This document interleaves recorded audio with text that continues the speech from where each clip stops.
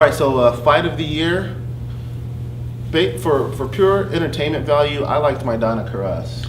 I liked Maidana Karas. Yeah. That was pretty good. On a personal note, I'm gonna just say this. I just didn't think Rios Alvarado was necessarily all that great. Not necessarily all that great, but it was a slugfest, and if that's your thing, then that's your thing, and it's good at times. But I'm gonna have to go with Pacquiao Marquez 4, simply because the build up around the fight, it was a fight that nobody wanted to see, that everybody ordered and everybody got their money's worth. Right. So if you took the plunge and bought the pay-per-view, then it was well definitely worth it. It definitely paid off. But yeah, and the 6 rounds was filled with suspense, with the knockdown, and then Pacquiao coming back, and it was like a story being told back and forth. And I like. It looked like that story was going to be Marquez was on his way to getting knocked out, the way that Marquez was starting to dominate the fight, but Pacquiao was starting to dominate the fight. Yeah, but then those power pellets from Heredia kicked in, and if you want to know more, go to the Marquez the power video. check out my last video about Marquez's power pellets that he's taken with Heredia. He'll tell you what I think about that outcome. Overrated fighter of the year. Overrated fighter. Overrated fighter of the year. What do you think? Wow. I'm gonna go first. Go ahead. I'm gonna go with Peter Quillen. I don't. That's a good choice. I'm gonna go with Peter Quillen. I think that he, maybe he's good, but they're just not. The marketing is undeserving for the talent that he's fighting, and his title fight with Endam was pretty underwhelming as far as showing his boxing. Yeah, ability. it was entertaining, but he lost every round that he didn't knock down Endam, and he lost. Yes, so I want to say that was about. I think he got about 6 knockdowns in the span of 4 rounds, somewhere around there. So about three or 4 rounds, I want to say. So about so he only won those rounds. But yeah, I mean he had That's the a power, good but choice. he didn't really show off his boxing ability. He didn't really do himself any favors fighting Winky Ray. I'm gonna go with triple G, Gennady Golovkin. That's how you say his name. You know what? I've seen a lot of his fights on YouTube, and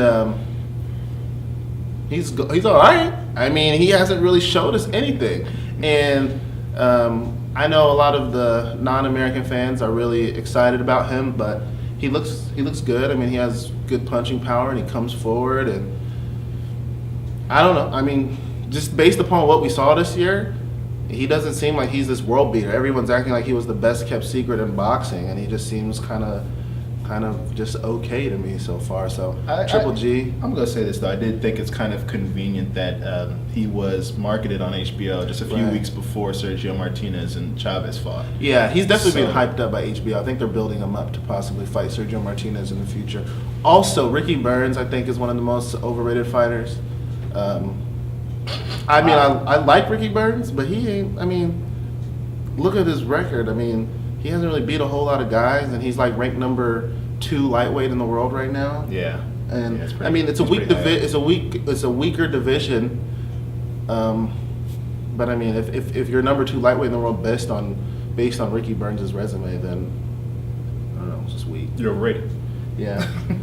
Fighter of the year. Fighter of the the last year. one? This is the last one. Fighter of the year. Fighter of the year.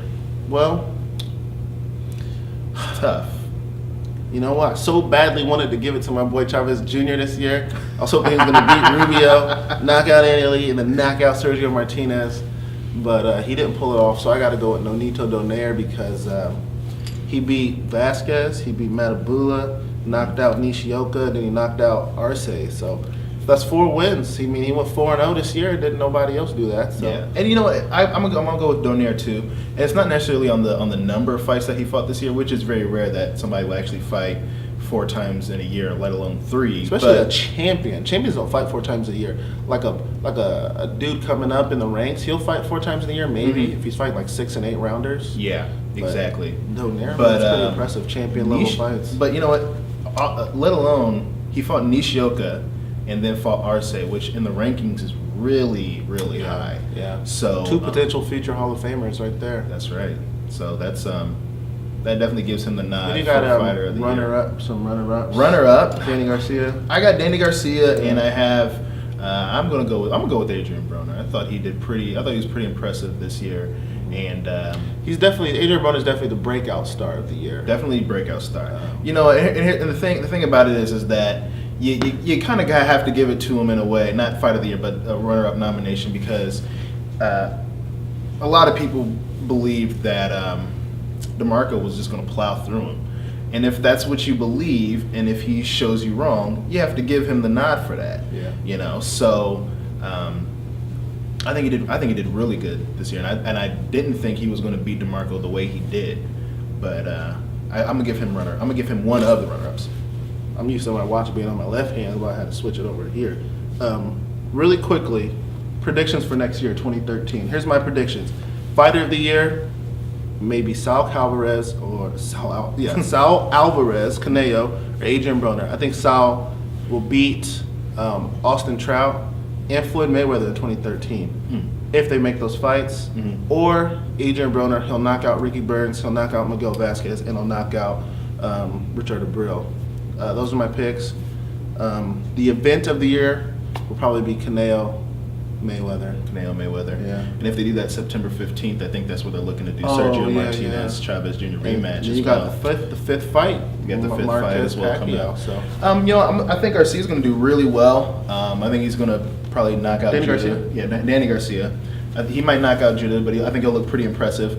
And then if he goes on ahead and faces Khan, and if he beats him again, then he might be looking at fighting Lucas Matisse at 140. Yeah, that'd be good. By the end of the year. So those are really good 140 fights for him. Look out for Froch next year as well. I think he'll beat Kessler. If he rematches Ward, I'll never count out Froch. I hated on Froch for years, but he looks so easy to beat. But he's a lot tougher than he looks. So yeah, I'll never count him out against anybody. So I mean, keep an eye out for Froch.